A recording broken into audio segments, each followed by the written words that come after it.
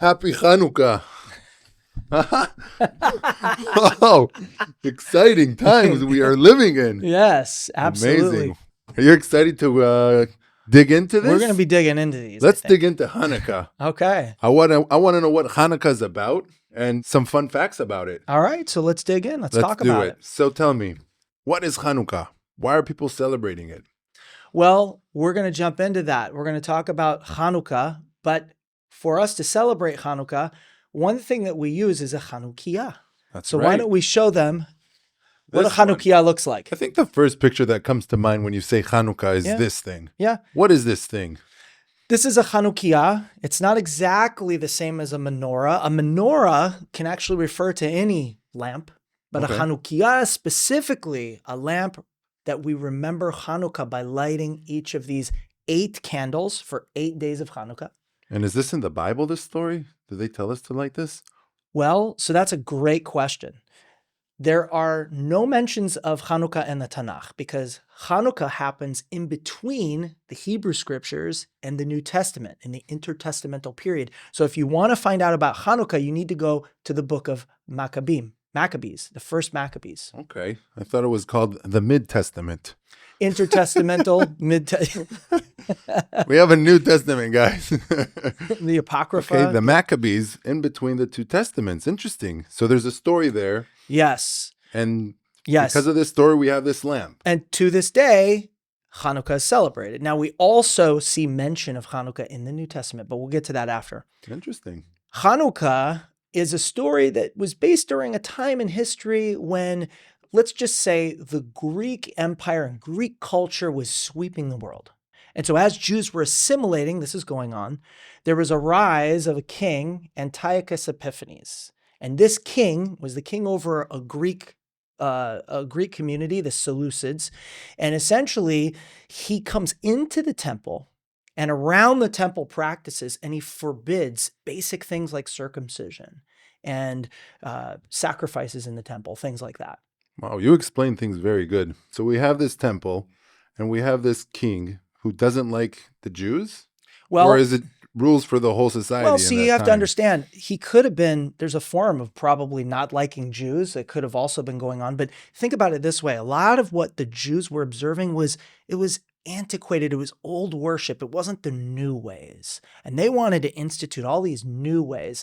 The other thing is Antiochus, this king, also was named Epiphanes, and Epiphanes is sort of God incarnate almost. So imagine that, saying to the Jews, this Greek king who's coming in is essentially God incarnate. That's just blasphemous.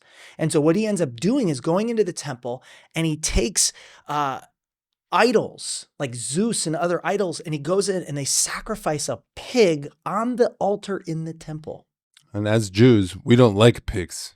No. So that's like on purpose. So it's like, it's in many ways, it was desecrating the holiest place for the Jewish people. So all this is going on and it starts building and building. And when all of this happened, there were the high priest, the Maccabean revolt is what it's called.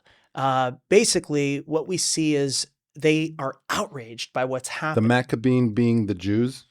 So the Maccabean family, they were Jewish. So is Maccabees their last name? What does that mean? So Maccabees is debated exactly where that word comes from, but that was like a nickname for their group. They were like, some people say it comes from Macab, which is like coming from like a hammer, something along those lines. So, the idea is the Judah the hammer, right? These leaders, these Jewers, these hammers, There's a family, the Hasmonean family, and the Hasmonean family, they're zealous for God's law. That's their last name. I believe that's their last name, yes. Okay. And so they're zealous for God's law.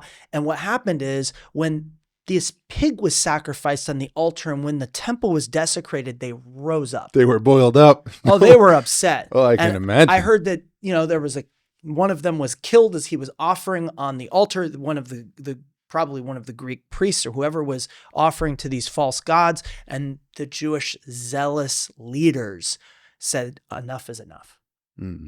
They rose up. And so Hanukkah really tells the story of that uprising. In other words, they're rededicating God's temple. And you have to understand that when we see the Jewish people revolting, they're obviously zealous for God, but they were just a small group. And so think about a small group going up against this massive Greek empire, Yeah. essentially. Reminds me of Spartan, the 300. Does remind, there's not very many. We don't know exactly how many, but they were outnumbered in many respects. They weren't trained in warfare in the same ways. I mean, these Greek warriors were something to behold. And so they end up coming back, taking the temple back. But the story goes that there was only enough oil to light in the temple for one day. And in order to rededicate the temple, there's a 7-branch menorah. And you see that in a lot of Israeli money, the 7-branch menorah. Right. This is a 9-branch They menorah. have it on one of these coins. Yeah, maybe we do. So you see that menorah was one of the temple instruments. And so they used olive oil to light those 7 branches in that menorah. And so they didn't have enough oil. That's the tradition for that one. They only had enough for one day. They didn't have enough to last them long enough to make more oil. So is this to cleanse? Is this oil to cleanse? Why are they trying to light this thing up? So the menorah that they had, as I said before, doesn't have 8 branches or 9 as we see here. It actually has 7, 6, and then 1 in the middle. And the significance of that menorah is you'll see in the Torah, God commanded the people of Israel to make a 7-branch menorah, and they put it in the temple, and they would kindle those lights. And it was a way for them essentially to purify the temple again, to make it holy and dedicated to the Lord once again. Reestablish it as a holy That's place. right. Wow. Yeah. Okay. As I said before, this is called a chanukiah. A menorah isn't necessarily a chanukiah. A menorah is just a lamp. This is a chanukiah. It's special. And the reason it's special is because each one of these candles lit here represents a day. Nes Gadol Hayasham, right? There was a great miracle that happened there. Wow. All right. Let's do it. Let's see what let's So do this we're actually remember that. remembering all these things. The big miracle. So we're going to light them up from left to right, but we're going to do it from our left, which is on this side. And we're going to say the traditional blessing. ברוך אתה אדוני אלוהינו מלך העולם אשר קידשנו במצוותיו וציוונו להדליק נר של חנוכה. Amen. And in English, blessed art thou, O Lord our God, King of the universe, who sanctifies us through his commandments and commands us to kindle the Hanukkah lights. Amen. Amen. And so we're going to say another blessing. The second blessing, blessed art thou, O Lord our God, King of the universe, who has done great miracles in those days and also today. Amen. Amen. And he's still doing miracles as we speak. Yes. Let's go on to the second fun fact. Let's do it. So we got a lot of stuff here. We got some golden coins we're going to talk about. We got this dreidel. We're learning all about Hanukkah on this podcast, guys. You're coming out of this podcast more intelligent. The origins of the dreidel. Okay, the dreidel is a top, and it comes from a German gambling game, believe it or not. Really? Yeah. Sprachen du Deutsch? Yeah, and so when we were kids, we would spin this, and it's actually from something called put and take game, which was something that apparently was popular across Europe, which I wouldn't have known. Yeah. Okay. But we're learning new things today. And it was even popular around Christmas time. So Hanukkah, Christmas, they kind of they're overlapping. Hanukkah Christmas. We all know about that. Christmaka. There you go. Yeah, it kind of connects together. But it's a 4-sided. So as you can see here, there are 4 Hebrew letters. Now, originally these were German letters, but they were swapped out. And each one is kind of a little bit of like a gambling game. And so there was one that was take out. There was one that was put in. There was one where you don't win anything. There were different options, right, when you played. So the fun thing about the dreidel is it's got these little Hebrew letters, and you'll see this letter here is a peh. So it's nun gimel he peh, okay? So nes, which is a miracle, gadol, a great miracle, haya was po, which means here. There was a great miracle that happened here. This is a dreidel specifically that you would buy in Israel. If you saw a dreidel and it had the letters on it, you would have a sheen instead here. You know that, right? No. Yeah, because it's Nes Gadol Hayasham. Because you're out of Israel. Out of Israel. Interesting. That's right. And this is called gelt, right? As you can see here, there's small little coins like this that we would actually throw into the pot. and we would gamble for them, but they're not real gold, as you can tell here. They're just really made of chocolate and a little bit of foil on them. We actually enjoy the chocolate. They're sweet snacks for kids during Hanukkah. All these things are here to remind us of that miracle. That's right. They're all reminders of the great miracle. Interesting. And it's not just a miracle around the chanukiah, the candle lighting. It's a much greater miracle. And that, think about it like this, the Jewish people were able to restore their temple and rededicate it. They were able to continue their worship to the God of Abraham, Isaac, and Jacob. That's beautiful. I love how Jews are so resilient to their Judaism and how much they love it. They do. And we've kept this tradition for thousands of years. Let's continue with fun fact number 3. Elisha's going to tell us. I got something really fun for you. So Hanukkah was celebrated in space. In 1993, an astronaut named Jeffrey Hoffman took a small portable chanukiah and a dreidel, and he took it out in space. He lit it up, and he had a lot of fun. On the space shuttle? On the space shuttle. Chag Sameach. Who would have believed? So Hanukkah is truly around the world, right? But the real question, was he closer to God? Well, depends on your geography and how you think God exists. That's an interesting fact. I actually didn't know that one. Yeah, it is cool. All right. So fun fact number 4. Okay. So potato pancakes and jelly donuts. We call potato pancakes. You know what they're called? Yes, we're in this now. Well, no, yeah, we're almost to this. But the pancakes, you know what the pancakes, with the potato and the onion, they're called latkes.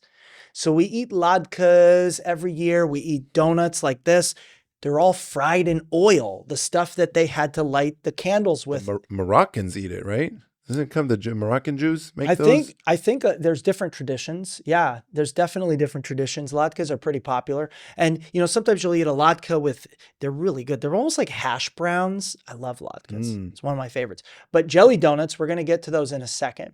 But we can't talk about Hanukkah without talking about food. You know that, right? We've got any to talk Jewish about, tradition. No, you've got to talk about it. But you see, frying oil, anything fried in oil, that was the idea. That was, well, it's going to be tasty, but it also reminds us of Hanukkah, and it reminds us of the miracle. Everything is reminding us of this miracle. That's right. See, think about it this way. Hanukkah, along with a lot of Jewish celebrations like Passover, they're multi-sensory experiences, right? It's like, back in the day, it's better than PowerPoint. It's better than, watching videos. Yeah. They would taste it. They would smell it. They would play games. It's a great reminder. Cool. What was the miracle, actually? Was it that they sanctified and got back to doing God's work? Or I think there's a few miracles that we can celebrate around Hanukkah. One of the miracles is that they rededicated the temple and they were able to worship God again. But think about it like this. I like to say a little provocative statement here. Without Hanukkah, there would also be no Christmas. Do you want to know why? How is that connected? Think about it for a second. Fact number 6, bonus. Or is it fact number 5? Yeah, well, fact number 5, 6, yeah. So fact number 5 here, which is an interesting fact, is that we see Hanukkah celebrated in the New Covenant, in the New Testament. In the book of John, we see in chapter 10 mention of the Feast of Dedication. And the Feast of Dedication is Hanukkah. And Jesus was in the temple, and he's teaching in the temple, and he's having these interactions in the temple. But the interesting idea around Hanukkah is that if Antiochus, remember that crazy Greek king, right? The leader who came in, who tried to institute pagan worship and all of that, if he had been successful, Hellenism, right? And the ceasing of the old traditional ways of the Jewish people, they would have been cut off. And what would have happened? You would have seen the Jewish community assimilate, and you would have seen the line of the Messiah ultimately ended. So when you read in Matthew, for example, we trace back the Messiah all the way back, right? It goes all the way back to, right, King David. It goes back eventually to Abraham. You could see it's part of the prophecy that Jesus needs to come from the lineage of the. He's got to come from the tribe of Judah. He's got to come, and we know that the Messiah has to come from the tribe of Judah and from the line of David, King David. And so, if Antiochus Epiphanes had been successful, the Jewish line of Messiah would have been cut off. But we know that the light cannot be extinguished. Not that easily, no. Amen. Because ultimately God, right, who was protecting his people and protecting the line of the Messiah, was not going to let that happen. And so the fascinating thing, and this is the fun bonus fact here, is when you look at John chapter 10 and you read about Jesus standing there in the temple, he ultimately challenges the Jewish community there. He talks about being almost like a shepherd. My sheep hear my voice, the idea of the shepherd guiding his sheep. But earlier we see in John chapter 7, Jesus stood in the same temple. And what does he say? I am the light of the world. Whoever follows me will never walk in darkness. Amen. God himself is light. He came to his own temple. And that's an amazing idea. It wasn't just the chanukiah and the menorah in the temple, right? It was the Messiah himself. I love this. This is great, man. Yeah, it's exciting stuff. Wow, amazing. Last fun fact. We're going to see how many donuts we can eat. We started this podcast with this beautiful box of donuts right here. Is it donuts? Sufganyot? How do you call it? Yeah, they're basically donuts, yeah. Oh my gosh. How would you say sufganyah in Hebrew? Which one are you going to have? I don't know. Write in the comments which one we should eat. When we were young, this is what a donut looked like. This is what you had, a sufganyah, we call these. They're fried in oil. As you can see, they have a little jam in the middle. That's like your typical sufganyah. This is what you're going to see today in Israel. Sufganyot are all different flavors and sizes and shapes. Honestly, I've never seen sufganyot that look like this. This is pretty incredible. All right, Elisha. Happy Hanukkah, everybody. Happy Hanukkah. This is Jews all over the world enjoying this and doing this. All right. Here we go. Should we do a cheers here? We have to. Ching. Cheers. All right. Oh, my gosh. Chag Sameach. Oh, wow. That looks pretty amazing, actually. Woo! Exciting. All right. Let's see if they taste good.